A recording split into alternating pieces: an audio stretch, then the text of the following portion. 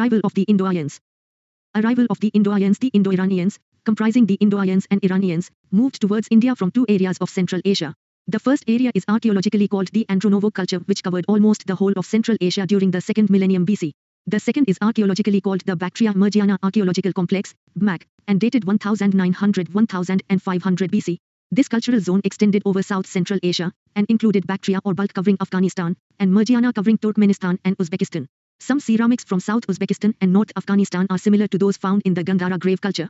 The Andronovo culture manifests all the important elements of Aryan life. These comprise stock breeding, widespread use of horse, spoked wheels, practice of cremation, pit dwellings roofed with birch and other parts of wood, and the soma drink. This culture is therefore regarded as Proto-Indo-Iranian. It eventually spread to both Iran and the northern part of the Indian subcontinent. Around 1500 BC, the BMAC shows evidence of the domestic horse, chariots with spoked wheels, partial cremation, and the swastika motif. Half a dozen graveyards suggest movements of herdsmen. However, in the BMAC area, the remains of proto-urban culture of pre-Aryan times suggest that the herdsmen, who damaged it, moved from this area to the border of the Indian subcontinent. That is why the horse remains and post-cremation burials figured in the Swat Valley from about 1400 BC. At about the same time, some ceramics from South Central Asia resemble those found in the Swat region. Of the three areas covered by the BMAC, Bactria is well known in the Indian. Downloaded from www.easyengineering.net. www. Tradition. It is called Behelika, which means an outside country coterminous with modern bulk. Though this term is not mentioned in the Rig Veda, it figures in later Vedic texts. In one such text, Behelika appears as a part of the name of a king. Behelika also figures in classical Sanskrit texts and in inscriptions. A Gupta inscription of the 4th century refers to the conqueror of Behelika who reached there after crossing 7 mouths of the Indus. Real conquest there may not have been, but the existence of Bactria is known in the Gupta period.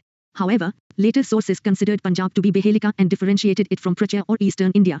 Bactria covers a substantial part of Afghanistan, which was well known to the Rig Veda. Several rivers flowing in this land appear in this text.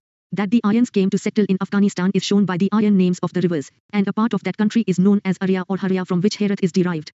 The earliest Aryans lived in the geographical area covered by eastern Afghanistan, the northwest frontier province, Punjab, and the fringes of western UP. Some rivers of Afghanistan, such as the river Kubha and the river Indus and its 5 branches, are mentioned in the Rig Veda. The Sindhu, coterminous with the Indus, is the river par excellence of the Aryans, and it is repeatedly mentioned.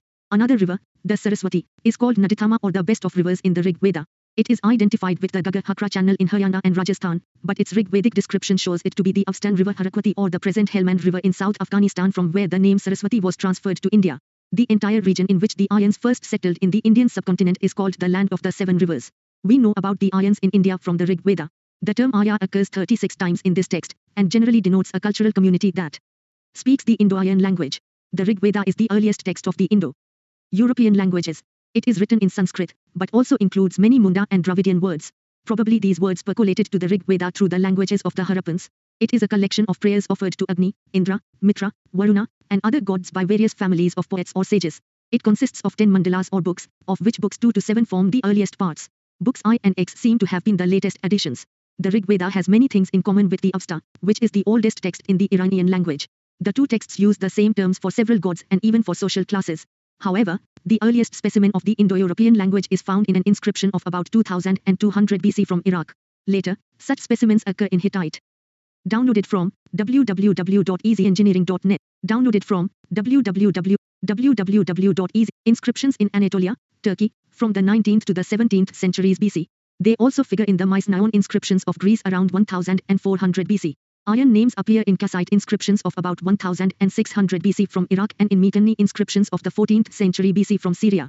However, so far no such inscriptions have been found in India. The Aryans migrated to India in several waves. The earliest wave is represented by the Rig Vedic people, who came to the subcontinent in about 1500 BC. They came into conflict with the indigenous inhabitants called Dasas, Dasyus, etc. As the Dasas are also mentioned in ancient Iranian literature, they seem to have been a branch of the early Aryans. The Rig Veda mentions the defeat of Sambara by a chief called Divodsa of the Bharata clan.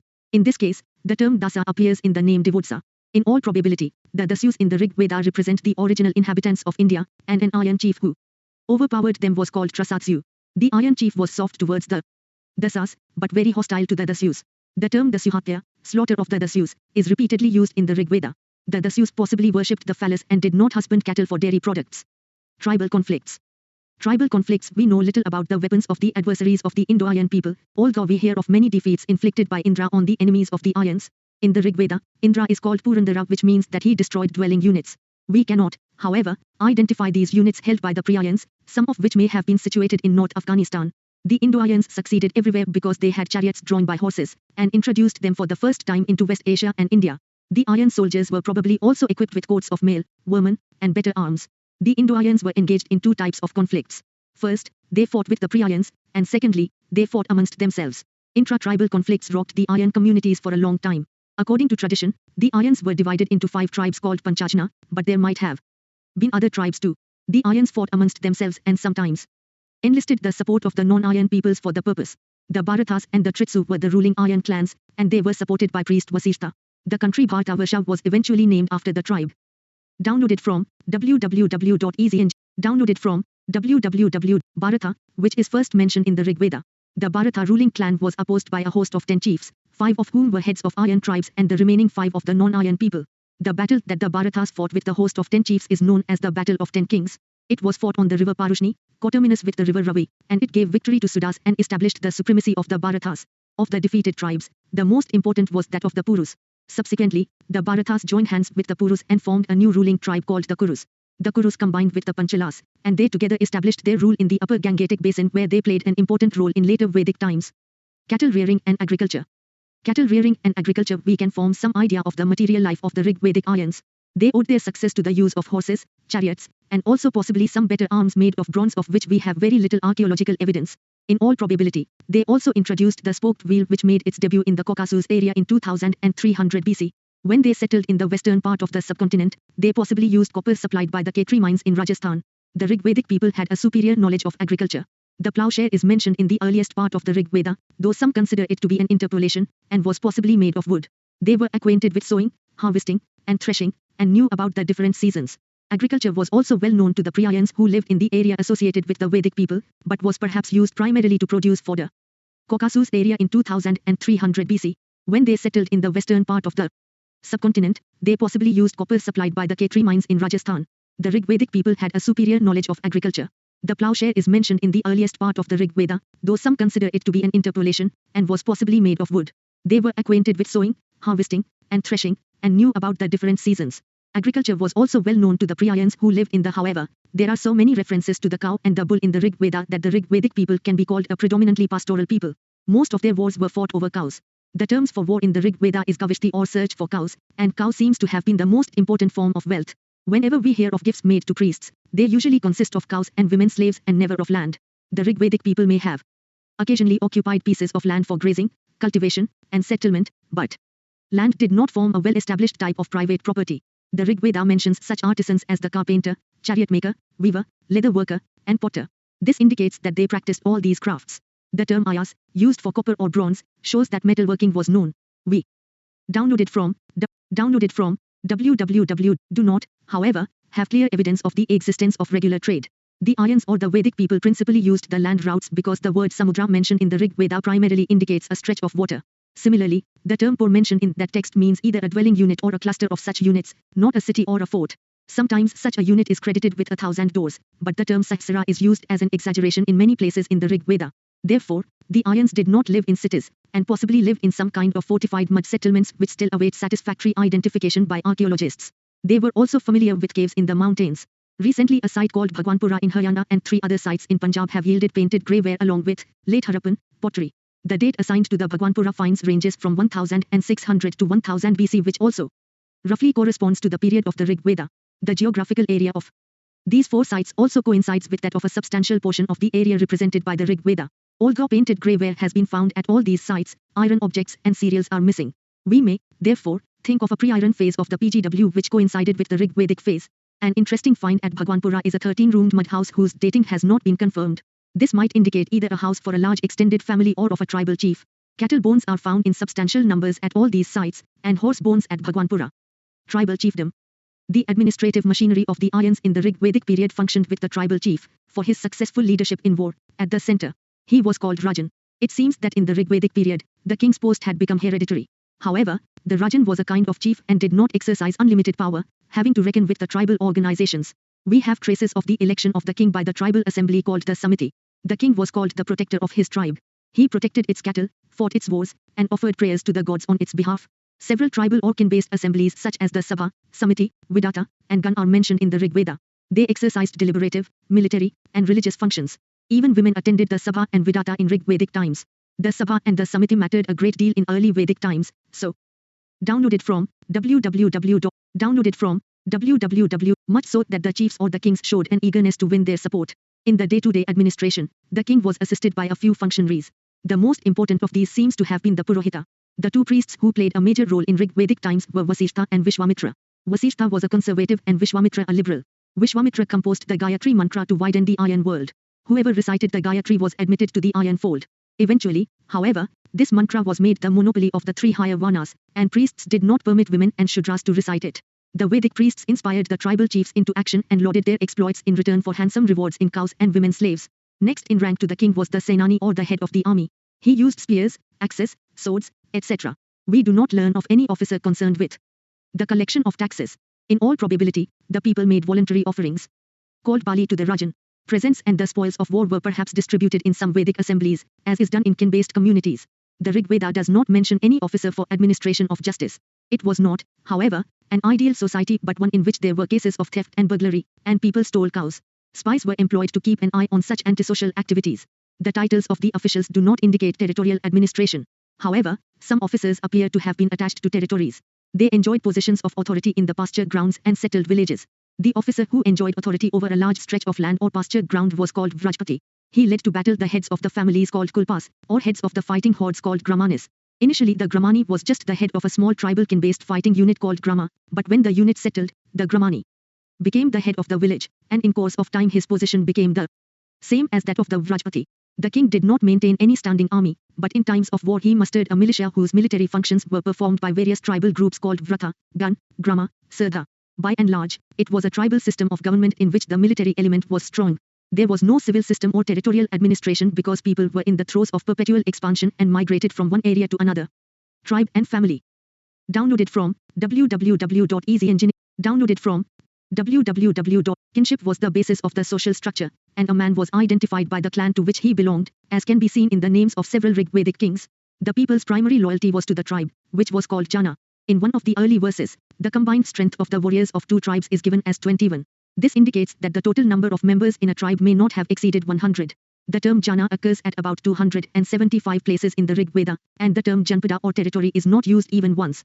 The people were attached to the tribe as neither control over territory nor the kingdom was yet established. Another important term which stands for tribe in the Rig Veda is Vis, which is mentioned 170 times in that text.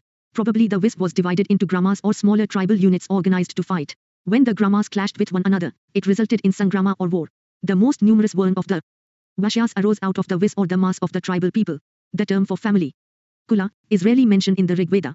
It comprised not only mother, father, sons, slaves, etc., but many other people too. It seems that family in the early Vedic phase was denoted by the term Griha, which frequently occurs in this text. In the earliest Indo-European languages, a single word is used to denote nephew, grandson, cousin, etc. This would imply that differentiation in family relationships leading to the setting up of separate households had not thus far occurred, and the family was a very large joint unit. It was obviously a patriarchal family headed by the father, as was the case in Roman society. It seems that several generations of the family lived under the same roof. As it was a patriarchal society, the birth of a son was repeatedly desired, and people prayed to the gods for brave sons to fight the wars. In the Rig Veda no desire is expressed for daughters, though the desire for children and cattle is a recurrent theme in the hymns. Women could attend assemblies and offer sacrifices along with their husbands. We have an instance of 5 women who composed hymns, although the later texts mention 20 such women. Evidently the hymns were composed orally, and nothing written relates to that period. The institution of marriage was established, although symbols of primitive practices survived. We hear of a proposal made by Yami, the twin sister of Yam, to establish love relations, but the offer is resisted by Yam. We have some indications of polyandry. For instance, the Maruts are stated to have enjoyed Rotsi, and the 2 Ashwin brothers are represented as living with Surya, the daughter of the sun god, but such instances are infrequent. Possibly they indicate matrilineal traces, and we have a few examples of sons being named. Downloaded from www.ease. Downloaded from www. After their mother, as in the case of Mametya. We also notice the practice of levirate and widow remarriage in the Rig Veda. There are no examples of child marriage, and the marriageable age in the Rig Veda seems to have been 16 to 17. Social differentiation. The Rig Veda displays some consciousness of the physical appearance of people in northwestern India in about 1500-1000 BC. Worm was the term used for color, and it seems that the Indo-Aryan language speakers were fair and the indigenous inhabitants dark in complexion. Color may have provided the identifier for social orders, but its importance has been exaggerated by writers with an excessive belief in racial distinctions. The factor that contributed most to the creation of social divisions was the conquest of the indigenous inhabitants by the Indo-Aryans. The Dasas and the Dasyus, who were conquered by the Aryans, were treated as slaves and Shudras. The Rig Veda mentions the Arya Varn and Dasa Varn. The tribal chiefs and the priests acquired a larger share of the booty and naturally became wealthy at the cost of their kinsmen, thereby creating social inequalities in the tribe. Gradually the tribal society was divided into three occupational groups: warriors, priests, and the common people on the same pattern as in Iran. The fourth division, called the Shudras, appeared towards the end of the Rig Vedic period. The term Shudra is mentioned for the first time in the Rig Veda in its 10th book, which is the latest edition. We repeatedly hear of slaves who were given as gifts to the priests. These were primarily women employed for domestic purposes. It is clear that in Rig Vedic times slaves were not used directly in agriculture or other productive activities. In the age of the Rig Veda, differentiation based on occupations had begun, but this was very sharp. We hear of a family in which a member says, "I am a poet, my father is a physician, and my mother is a grinder." Earning a livelihood through different means, we live together. We hear of gifts of cattle, chariots, horses, slaves, etc. Unequal distribution of the spoils of war created social inequalities, and this aided the rise of princes and priests at the cost of the common tribal people. However, as the economy was mainly pastoral and not food producing, the scope for collecting regular tributes from the people was very limited. We do not find gifts of land, and even gifts of cereals are rare. We find domestic slaves but not wage earners. The tribal elements in society were downloaded from www.easyengineering. Downloaded from www. Stronger and social divisions based on the collection of taxes or accumulation of landed property did not exist, and thus the society was still tribal and egalitarian. Rigvedic gods. Every people discover their religion in their surroundings. The Aryans found it difficult to explain the coming of the rains, the appearance of the sun and the moon, and the existence of the rivers, mountains, and the like. They, therefore, personified these natural forces and looked upon them as living beings to whom they attributed human or animal attributes.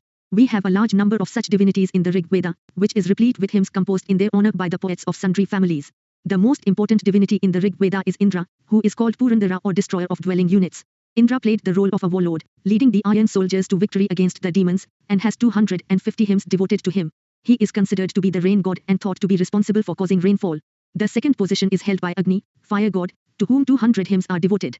Fire played a significant part in the life of primitive people because of its use in burning forests, cooking, and the like. The cult of fire occupied a central place not only in India but also in Iran. In Vedic times, Agni acted as a kind of intermediary between the gods, on the one hand, and the people, on the other. The oblations offered to Agni were supposed to be carried in the form of smoke to the sky, and thus transmitted to the gods. The third important position is occupied by Varuna, who personified water. Varuna was supposed to uphold the natural order, and whatever happened in the world was thought to be the reflection of his desires. Soma was considered to be the god of plants, and an intoxicating drink is named after him. In the Rig Veda, many hymns explain the methods of preparing this drink from plants that have not so far been satisfactorily identified. The Maruts personify the storm. Many hymns are devoted to the river Saraswati, who was considered an important goddess. Thus we have many deities who represent the different forces of nature in one form or another but are also assigned human activities.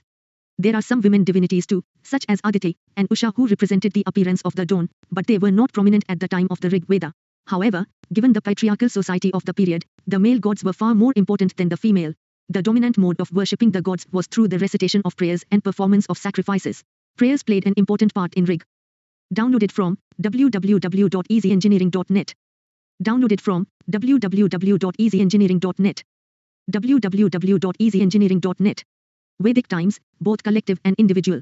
Originally every tribe or clan was the votary of a special god. It seems that prayers were offered to the gods in chorus by the members of an entire tribe.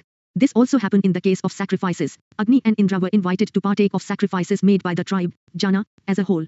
Offerings of vegetables, barley, etc. were made to gods, but in Rigvedic times this was not accompanied by any ritual or sacrificial formulae. At this stage the magical power of the word was not considered as important as it became in later Vedic times. Why did people worship gods during the Rigvedic period? They did not do so for their spiritual uplift or for ending the miseries of existence. They principally asked for praja, children, pashu, cattle, food, wealth, health, and the like. Chronology. BC 2300 spoked wheel found in the Caucasus area. 2m The Indo-Iranian Andronovo culture covered the whole of Central Asia. 1900-1700 specimens of Indo-European language in Hittite inscriptions in Anatolia. 1900-1500 Bactria Mergiana archaeological complex, BMAC, in South Central Asia. 1600 iron names in Kassite inscriptions from Iraq. 1600-1000 the date assigned to the PGW and late Harappan pottery from Bhagwanpura. 1500 The Iron migration in the subcontinent represented of Central Asia. 1900-1700 specimens of Indo-European language in Hittite inscriptions in Anatolia. 1900-1500 Bactria Mergiana archaeological complex, BMAC, in South Central Asia. 1600 iron names in Kassite inscriptions from Iraq. 1600 by the Rig Veda. Domestic horse, chariots with spoked wheels, partial cremation, and the swastika motif in the BMAC. 1400 specimens of the Indo-European language in the Mycenaean inscription of Greece. 1400 onwards horse remains and post-cremation burials in the Swat Valley. 1400 onwards ceramics from South Central Asia similar to those of the Swat Valley. 14 See iron names in Mitanni inscriptions in Syria. Downloaded from www.13. The later Vedic phase, transition